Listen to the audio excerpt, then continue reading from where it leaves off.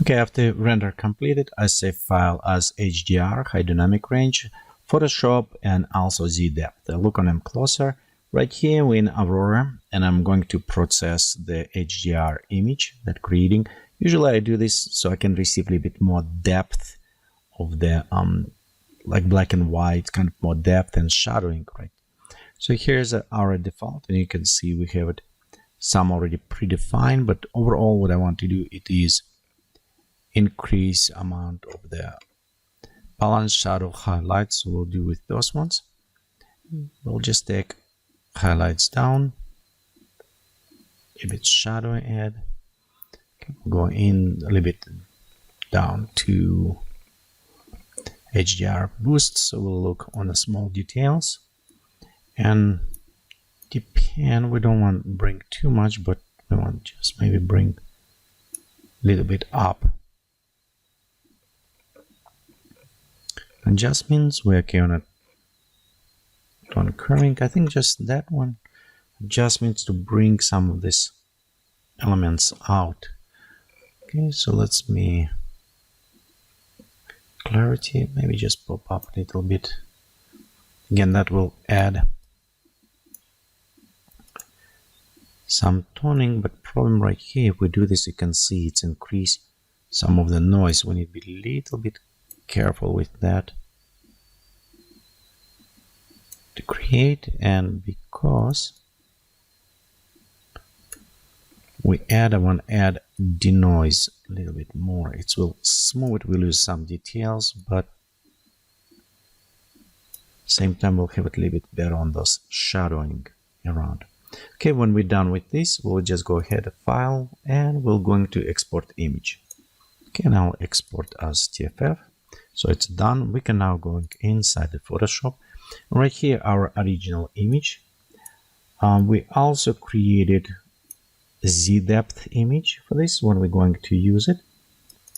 Okay, and right here, our TFF, our HDR image. So I'm going to take my HDR image and place them over.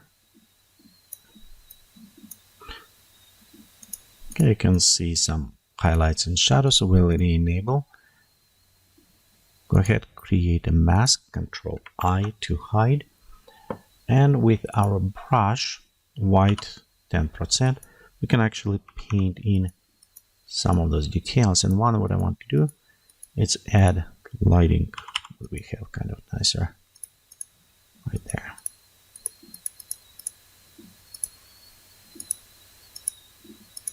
Just strokes, kind of like almost lights going from that area. Here, maybe a bit add details. Bring plant up. Okay, there you go. So right here we added. I do like when it's a bit darker in some areas. For this, we'll create new layer, and it will be our dodge and burn layer. We'll go to fill up with 50% gray on 100 normal.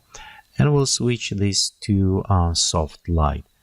So soft light is not totally visible, but it's allowed us by using black brush, we can darken, or with the white brush, we can increase. So like example right here, you can see I'm just add darken areas in some, creating a little bit more vignetting to point of interest kind of.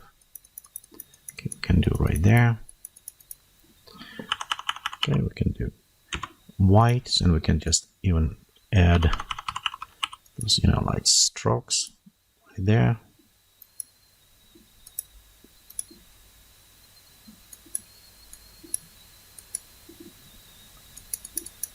Highlights, so almost like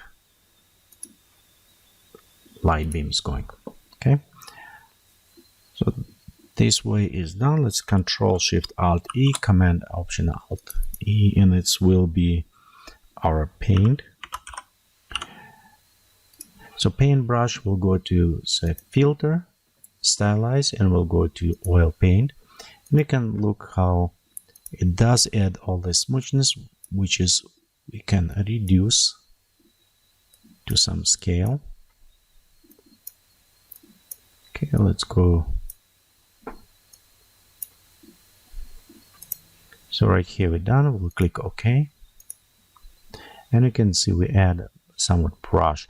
We don't want to use it all the way, but it does smooth out, add an interesting effect to that. So same, we'll go paint, make mask on this layer, inverse, Control I, and we can use now white brush to brush in some of those details. You can see we don't need all the way, but in just areas where we have a noise, it will help a little bit to create. Okay, let's increase size right there. We can add, again, this is right now very high resolution, so we don't necessarily need to use that, but you can see it's add some of those nicer strokes. So let's use it, look a little bit better. Okay, right here we have the high noise, and let's zoom out. This is our original, and you can see this add some flowing kind of a little bit more to this. Okay, let's go to add here. Okay, so next we're going to add some color adjustment to this. We'll go in the curves, switch them to the color mode, and we'll select first blue channel. We'll make colder our shadows. We'll take on the middle, drop down, so you can see we'll bring a little bit warmer those mid-tones. Maybe shadows too blue, so we can just repositioning. Okay, we'll go to the red, and in red we can go shadows cold. Again, let's go to cyan color and bring red up, like around right there. So we'll just playing with this actually cold and warm tones to create illustration type.